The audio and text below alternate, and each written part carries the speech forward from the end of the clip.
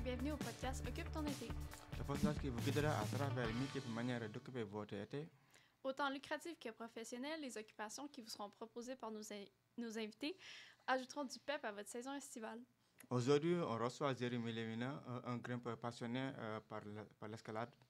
Bonjour Jérémy, comment Bonjour. ça va? Super, merci. Bonjour. Vous autres, ça va bien? Oui. Ça va, et toi? Oui. Vas-y, Gaël. Donc, de quelle façon es-tu entré dans le monde de l'escalade? Ça va être bizarre, mais l'escalade, pour moi, c'est pas arrivé comme une raison de dépenser mon énergie, de rester en forme ou quoi que ce soit. Principalement, c'est un déménagement. Mon père a déménagé dans le quartier d'un gym, puis je me cherchais un nouvel job. Donc, pour moi, c'était juste une offre d'emploi qui s'est présentée à moi. OK. Au début, c'était un camp de jour. OK. Ouais, Fait que t'étais animateur de camp de jour. Oui, je m'attendais pas à ça au début, mais regarde, j'aimais ça, puis j'en ai fait 2 ans. Là, j'étais encore là. OK. Fait que tu t'es ramassé animateur de camp de jour dans un gym d'escalade. Oui, exactement. Fait qu'en gros, nos journées, c'était on fait dépenser de l'énergie aux jeunes, puis on fait de l'escalade. Ah, ben c'est quand même une bonne initiation à l'escalade. Ben oui. Ben justement, c'est quoi pour toi l'escalade comparé à un autre sport? Comparé aux autres sports, l'escalade, je trouve que c'est autant physique que mental. Fait que, tu sais, ça te permet oui, rester en forme, oui, dépenser ton énergie. Les jeunes, surtout, ils en ont besoin. Mm-hmm. Mais principalement, c'est une façon de rester aussi mentalement aiguisé, on va dire. Ouais. Un esprit aiguisé qui te permet de comprendre comment te rendre jusqu'à ton objectif. Parce que, tu sais, c'est bien beau avoir de la force en escalade, mais si t'es pas capable d'appliquer des techniques, de comprendre comment que le problème fonctionne, t'arriveras pas à rien, même si t'as la force de 12 personnes. Ça me parle ce que tu dis parce que, tu sais, j'ai déjà été faire de l'escalade quand j'étais jeune, mais, tu sais, j'ai été faire de l'escalade aussi maintenant, à mon âge adulte.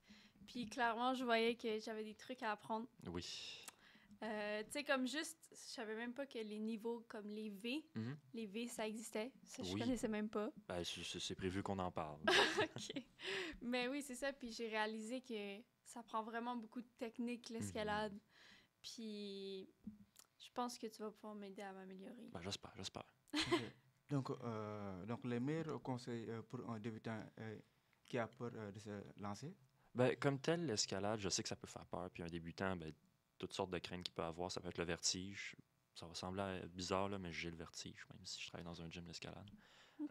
Mais le vertige, il faut travailler avec. Il faut le tenir par la main puis l'amener. Meilleur conseil, c'est n'aie pas peur. Sois pas intimidé par les autres. Les communautés de grimpeurs, c'est des très bonnes communautés. Le monde sont très parlables. Puis n'aie pas peur de poser des questions à d'autres grimpeurs. Puis juste essaye. Ouais. Si un problème a l'air le fun à essayer puis à grimper, vas-y. Limite-toi pas à rien. Puis n'aie pas peur des autres. Ouais. Ben, tu as parlé du vertige. Oui. Ça se peut qu'on en parle peut-être plus tard, là, mais moi, j'ai été au bloc. C'est quoi le chiffre déjà? Bloc 981. Oui, exact. Sais-tu d'où ça vient, 981? Non? Non, c'est la force gravitationnelle. Eh ben, T'avais jamais remarqué? non! Non, 9,81, c'est quoi? C'est kilos par mètre cube? Une affaire de même, là. Bref. OK. C'est la force gravitationnelle de la Terre. Ah, ben là, Ouais. c'est quand même... C'est une belle référence. C'est une belle référence pour un titre. Ben ouais. Mais justement, tu sais, t'as parlé que comme une des peurs des gens qui commencent l'escalade, c'est le vertige. Pour moi, quand j'ai commencé, j'ai pas eu peur de ça. Mais quand j'ai commencé à grimper, sans harnais, juste comme sur un bloc, puis j'étais rendue en haut, puis là, j'apprends qu'il faut que je me laisse tomber sur les... Je me rappelle plus c'est quoi la technique, là, mais c'est sur les pieds, puis là, tu roules par en Pieds, arrière. fesses, dos, exactement. Oui, c'est ça. T'atterris sur les pieds, sur les fesses, ensuite tu roules sur le dos. Je suis tellement... c'est matrixé, c'est imprégné dans ma tête, là, cette façon-là.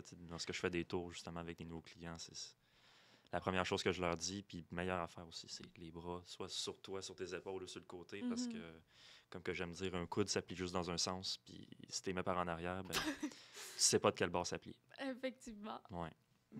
Mais c'est ça, une fois que je me suis rendue en haut, là, je dois t'avouer que j'avais un petit peu le vertige. Puis le pire, c'est que tu sais, c'est même pas si haut que ça. Non, mais tu sais, tu regardes en bas, t'es comme, me laisser tomber de même, juste ça. comme ça, c'est quand même un peu stressant, tu sais. Ben ouais, mais regarde, c'est la première peur qu'il faut surmonter, c'est le vertige. Mais après ça, je me sentais super fière. Ben, c'est ça. Quand j'ai réussi, là. En tout cas, j'étais bien contente. Mais des fois, donc, vous portez des cordes Oui, en c'est montant? ça, c'est ça. On a différents types d'escalade, justement. J'en ai un petit graphique, justement, pour vous montrer.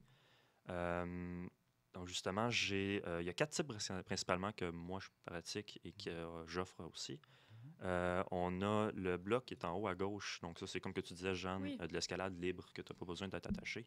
OK. Ça, comme tel, la majorité des gyms l'offrent. Je Mhm. pense que c'est plus rare un gym qui ne l'offre pas qu'un gym qui l'a. OK. Ensuite, si je regarde juste en dessous, on a la prochaine étape, un peu comme que tu disais, Gaillé. Les auto-assureurs, c'est la prochaine étape. Donc, ça, c'est des murs plus hauts. Tu as besoin d'un harnais pour cela. Puis, ça se fait tout seul. C'est une petite machine qui t'assure.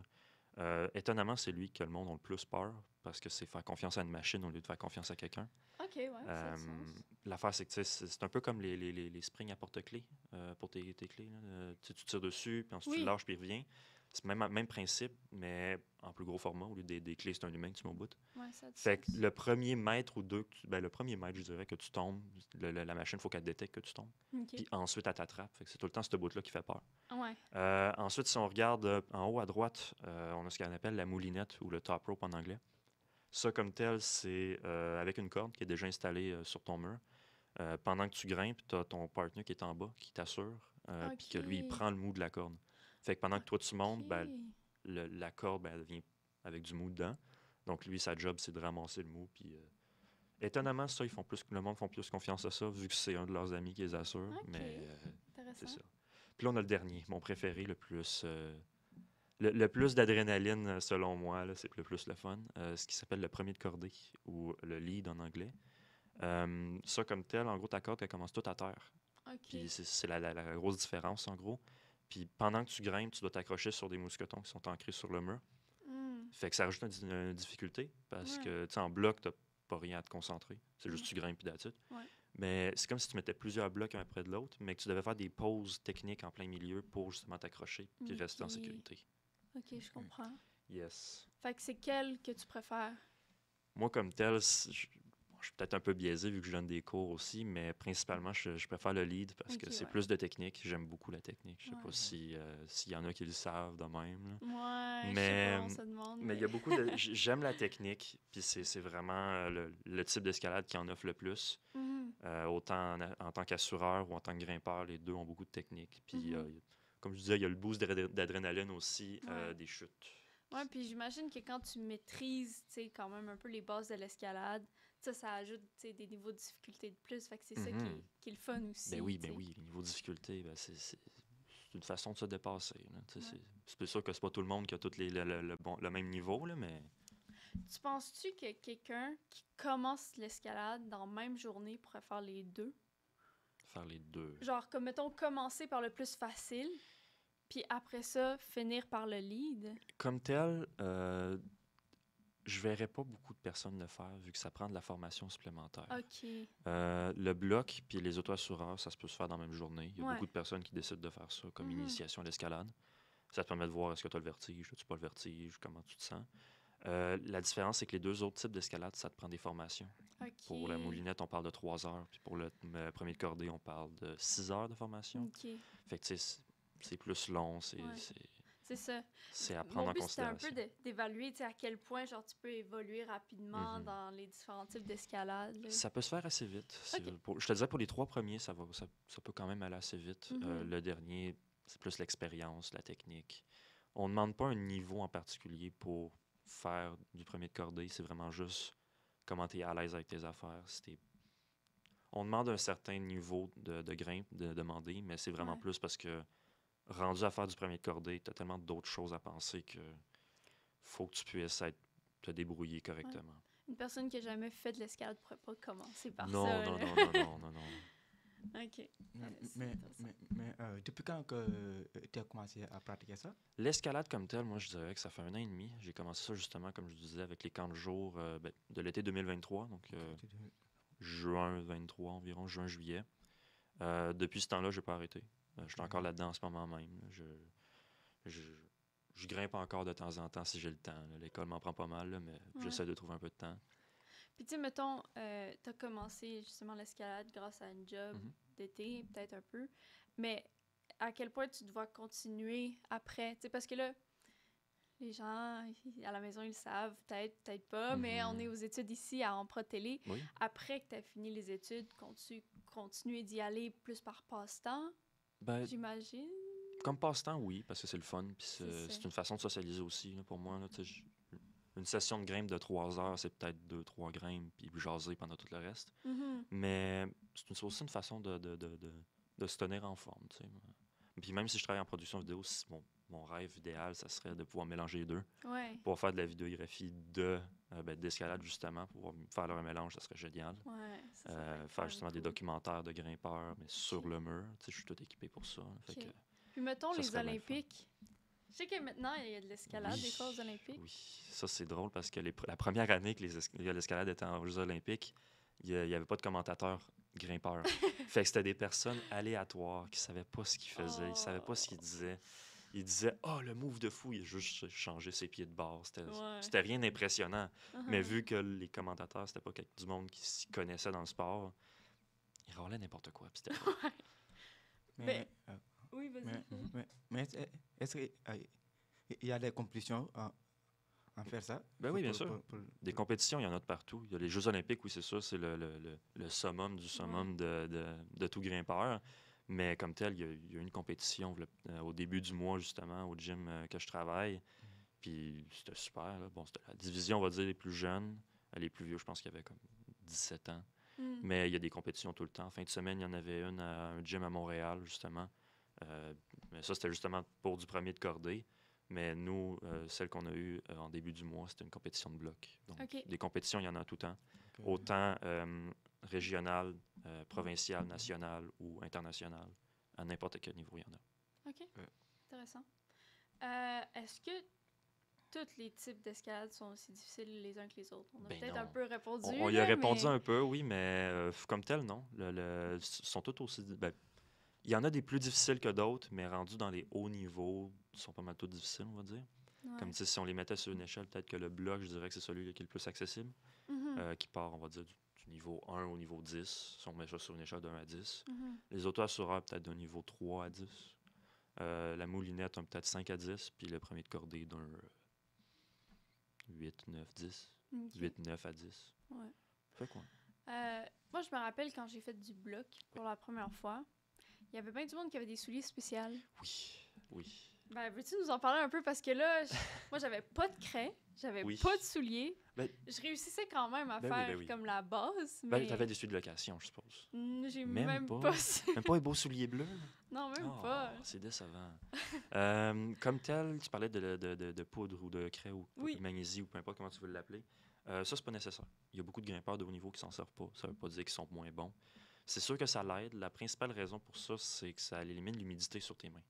Ce qui fait que tu grippes mieux. Excuse de l'anglicisme, mais tu grippes mieux sur tes prises, ce qui fait que tu peux mieux performer d'une certaine façon. Ça dépend d'une personne à l'autre. Je sais qu'il y a du monde qui sue beaucoup, il y a du monde qui sue beaucoup moins. Fait que c'est vraiment selon la personne, je vous dirais. Pour les souliers, c'est la pièce ultime de torture d'autogrimpeur. C'est vraiment là que tu vois que des grimpeurs, ça a mal aux pieds, puis tu le sais pas. Des pieds de grimpeurs, c'est pas beau. Tous ceux qui regardent des OnlyFans de pieds, c'est pas des pieds de grimpeurs qu'il faut regarder. Il y a bien des grimpeurs que justement, tu veux être précis sur tes prises de pieds, donc ils n'hésitent pas à rapetisser leurs souliers, mais de beaucoup. Donc, admettons, quelqu'un, en taille européenne, ça serait genre, mettons, du 42. Quelqu'un pourrait porter du 40. Donc, aller 2 points plus petits pour justement mieux mouler le soulier, on va dire, être plus serré dedans puis être en plus grand contrôle. Comme tel, le soulier d'escalade, tu se mets en caoutchouc, dur, molle ou peu importe, ça dépend d'un soulier à l'autre. Puis son but, c'est justement de te donner deux mains de plus, en gros. Ouais. Que ça soit comme... T'as plus de contrôle de tes pieds. C'est ça, parce que quand tu grimpes, c'est autant des mains et des pieds, puis même, je dirais même, c'est plus des pieds que des mains. Qui est une des erreurs justement des débutants, c'est qu'ils se servent trop de leurs mains. Ils essaient de se tirer sur le mur. Je me sens un peu visée, là. je te jure, c'est pas visé comme toi, mais il y a beaucoup des nouveaux grimpeurs qui veulent trop se tirer quand on oublie que principalement, c'est nos jambes, les muscles les plus forts, principalement parce qu'ils portent notre poids tous les jours. À moins que tu tombes quelqu'un qui marche sur ses mains quotidiennement, je me Je trompe. pense que c'est plus rare. C'est plus rare, donc les muscles des jambes sont plus forts, ce qui fait que te pousser vers le haut, c'est plus facile que de te tirer vers le haut. Mais ça, c'est un vraiment bon conseil parce Mhm. que moi, quand je suis sortie de là, j'avais tellement mal Oui. au haut du corps, mais mes jambes, c'est comme s'il n'y avait pas tant Ouais, c'est ça. travaillé. Ben, comme tel, le premier conseil que je donne au monde, que ce soit pendant les camps de jour, que ce soit quand je travaille en avant ou que je me promène dans le gym, c'est garde les bras droits. Moi, les bras, je m'en sers un peu comme des ancrages, donc je les mets sur mes Ah. prises, puis je garde les bras droits le plus que je peux. Puis vraiment, juste, le minimum, je tire avec, mais tout le reste, c'est du mouvement de pied. Je pousse avec les pieds, puis c'est ça qui me permet de monter puis de garder toute ma force. OK. Je vois. Ok. Mais est-ce qu'il y a une hauteur maximum pour grimper ou bien il n'y a pas de hauteur Maximum de quoi? c'est-à-dire comme le fait que tu grimpes pour monter en haut, est-ce qu'il y a une limite? Maximum de hauteur? Oui. Comme tel, le bloc, je dirais que c'est environ limité à du 4, 5, voire 6 mètres pour les plus gros murs. La raison, c'est que tu n'es pas sécurisé par C'est aucun ça. harnais. Fait que si tu tombes, ben, il y a des matelas. Je rassure tout le monde à la maison, il y a des matelas. Ok, Oui. Mais principalement, c'est une chute libre, on va le dire. Donc, c'est un maximum de 6 mètres, je vous dirais. Pour ce qui est des auto-assureurs, ben, c'est la machine. Il y a des machines que la sangle va être d'un maximum. Fait que là, c'est ça qui va être limité. Pour ce qui est de la moulinette puis du premier de cordée, ça, il n'y a pas de limite vraiment. Il y a des parois rocheuses en extérieur, justement, qui peuvent faire du 200 mètres, comme du 400 ou du whatever, la hauteur qu'on veut. La différence, c'est la longueur de corde. Il y a des techniques qui existent pour t'en grimper une partie, t'arrêtes à cet endroit-là, ton partner te monte jusqu'à toi, puis ensuite vous continuez genre un peu en alternance, un peu pour Ouais. vous rejoindre. Ce qui fait qu'en gros, une corde de 80 mètres te permet de monter un mur de 200 mètres. OK. Je vois. Si on revient un peu à ce que tu nommais initialement dans le podcast, en quoi ça consiste ton travail comme moniteur? Ma job comme telle, là, ça va sembler vraiment simple à dire de même, mais tu sais, c'est l'expérience. C'est je me promène dans le gym, puis je m'assure que tout le monde va bien. Fait que je me promène, Ok. puis je m'assure que ce que le monde font, c'est pas niaiseux, c'est pas dangereux pour eux ou que les autres, que tout le monde sait ce qu'ils font, qu'il n'y ait pas de personnes justement dangereuses pour eux ou pour les autres. Puis, tu sais, je dis que c'est facile parce que j'ai de l'expérience, puis j'aime ma job d'une certaine façon, que enseigner de la technique, corriger le monde, donner des tips, j'aime ça. C'est Fait que naturel. c'est ça, c'est naturel pour moi. Fait que tu sais, c'est pas travailler, tu sais, la fameuse phrase de tu travailleras jamais un jour si t'aimes ce que tu fais dans la vie. Pour moi, c'est ça en ce moment un peu, tu sais. Fait que ma job, en gros, c'est socialiser, connaître le monde, donner des conseils, faire sûr que tout le monde soit c'est sécuritaire. Puis c'est pas mal ça. OK. Donc, est-ce qu'il y a un autre sport qui est cher? Désolé? Est-ce que c'est un sport qui est cher? D'une C'est un certaine... sport qui est cher? de- C'est un de- sport qui est cher, quoi? Ouais, d'une certaine façon, oui, mais ça dépend quel type. Pour le bloc, tu sais, la principale dépense que tu vas avoir, c'est tes souliers. Ensuite, comme tu disais, un peu la poudre, la magnésie, la chalk, peu importe comment tu veux l'appeler.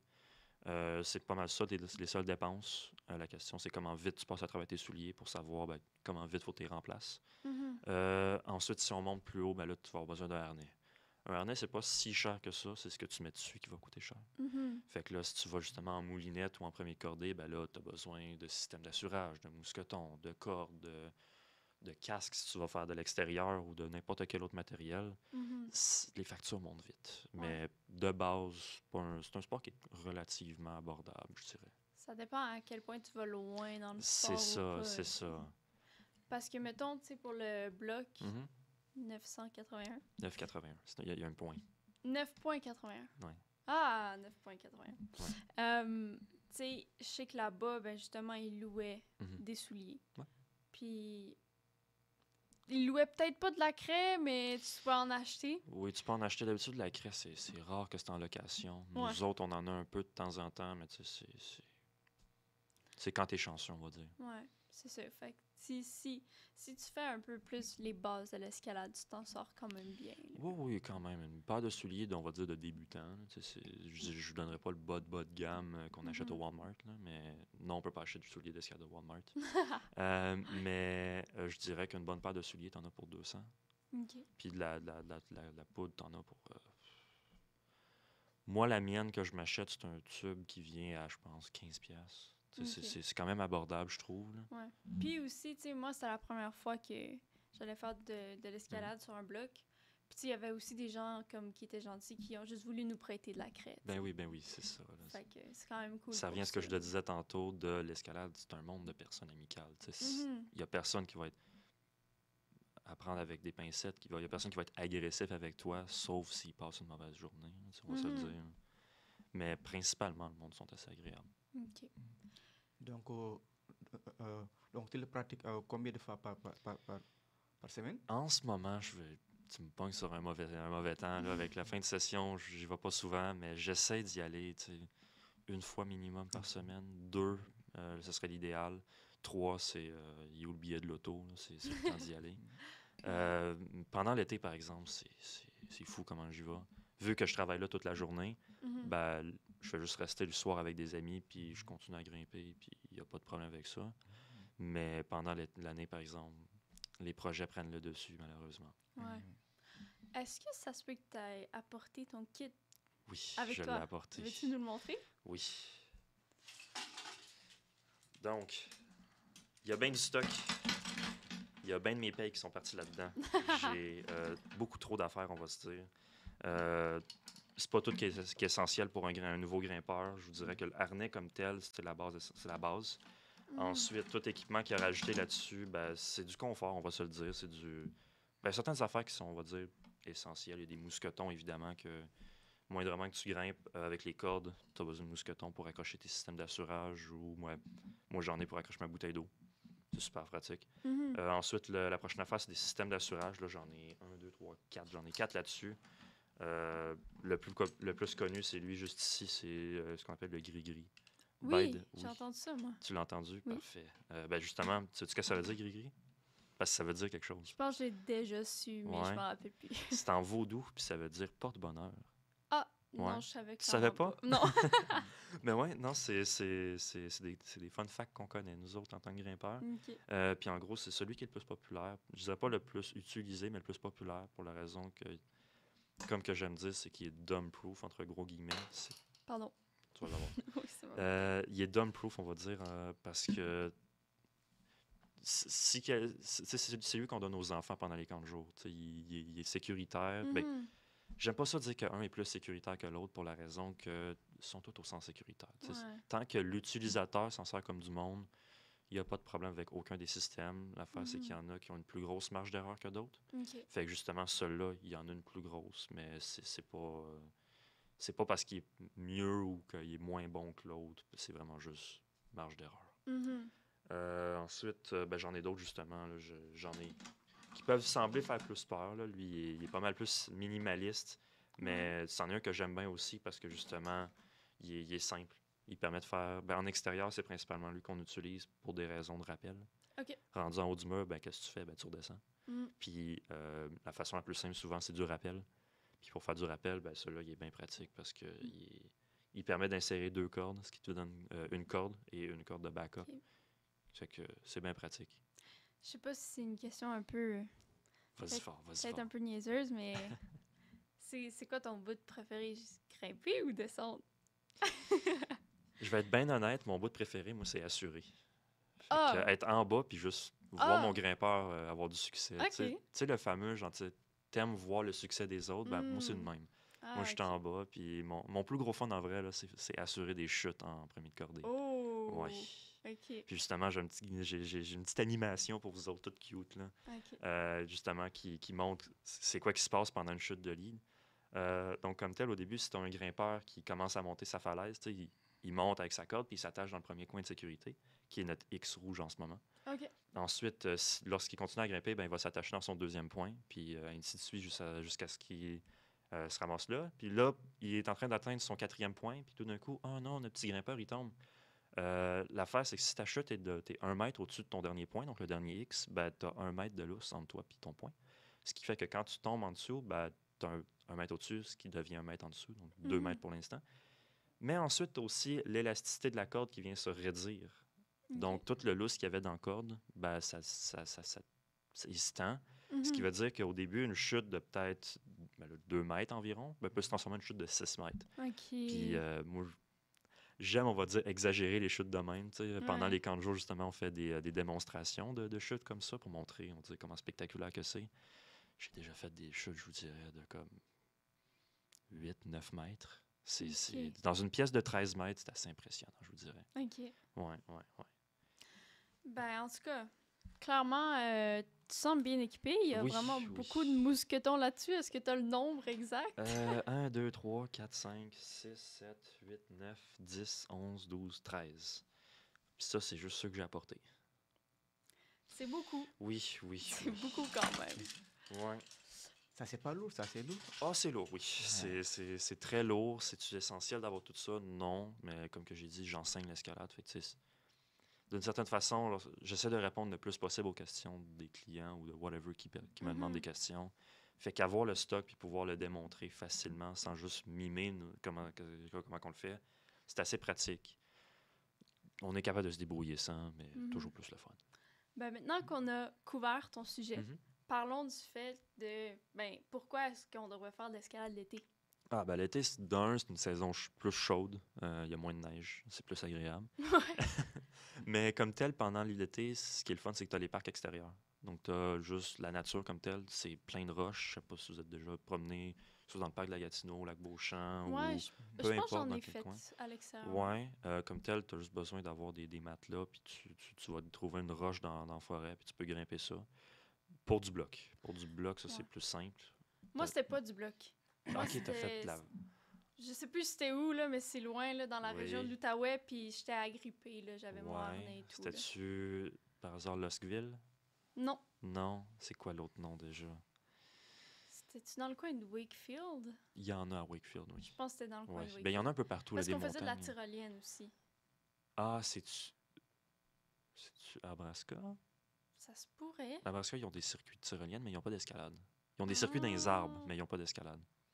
Puis t'as un harnais. Ça se peut que ce soit ça.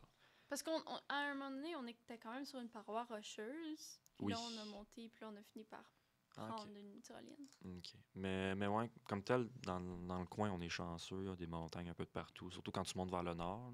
OK. T'en as à pu finir. Fait que, justement, Luskville, ça, c'est la place que j'aime bien aller. Mhm. Il y a il y a des beaux chemins. Puis, c'est le fun. Ben, c'est-tu des endroits où est-ce que c'est organisé pour faire de l'escalade ou c'est plus comme... Pour le bloc, c'est un peu free-for-all. C'est un peu Ok. libre. Tu trouves une roche, puis tu as ce qu'il te faut pour te protéger. Tu sais, on appelle ça des crash pads. C'est le genre de gros matelas qui sont là pour absorber ta chute. Mhm. Pour ce qui est de tout ce qui est de la voie, donc que ce soit de la moulinette ou du premier cordé, ça, il faut que ce soit des endroits plus, on va dire, sécurisés. Ouais. On a ce qui s'appelle dans le... Enfin, c'est que tout ce qui est moulinette et lead ou premier cordé, c'est en gym. Mhm. Mais à l'extérieur, on a aussi ce qu'on appelle le sport climb, puis le trad climb. En gros, le sport, c'est que sur ton mur, tu as juste des œillets, donc des petits anneaux de métal, puis tu dois toi-même installer tes mousquetons pour justement accrocher ta corde. Puis ensuite, tu as le trad, qui est le traditional climb, qui est l'original, que justement, là, tu as des... Souvent, ça se fait avec les cracks. Donc, tu as des cracks dans la roche, puis tu installes des points de sécurité, justement, dans la roche, OK. qui sont des points qui peuvent se déplacer, mais Mhm. justement, que tu fixes toi-même, puis c'est toi qui places ta propre sécurité. OK. Ben, ça semble être Mais- le fun à faire l'été quand même. Mais est-ce qu'il y a des tenues spéciales pour faire la grimpe? Une tenue sportive, il n'y a rien d'optimal, on va dire, pour grimper, mais c'est sûr qu'un jean, ça va être désagréable pour grimper avec ça. Ouais, j'imagine. Puis aussi, tu sais, surtout si tu grimpes à l'extérieur, tu veux vraiment protéger tes jambes ou... Ben, les blessures vont arriver d'une manière ou d'une autre. C'est vraiment juste ton confort à ce point-là. Ouais. Parce que tu sais, mettons, quand j'étais allée au bloc, ben, Mhm. je sentais que mes leggings, ils frottaient un peu sur le mur. Oui, Fait que, tu oui. sais, Il faut que tu sacrifies une paire de leggings pour te dire celle-là, c'est mes leggings de grimpe. Parce que ça, plus justement la poudre, que ça va tacher tes leggings, que tu le veuilles ou non. ouais. J'en vois du monde qui ont des leggings noirs ou des pantalons noirs, puis tu t'essuies un peu sur toi, puis c'est un legging gris rendu à la fin. C'est fou. Ben, merci, Jérémy. C'est ce qui va conclure notre podcast. Donc, merci aux gens qui nous écoutent d'avoir été des nôtres. Donc la semaine prochaine, on aura une autre façon d'occuper notre... Restez à l'affût. Bye bye.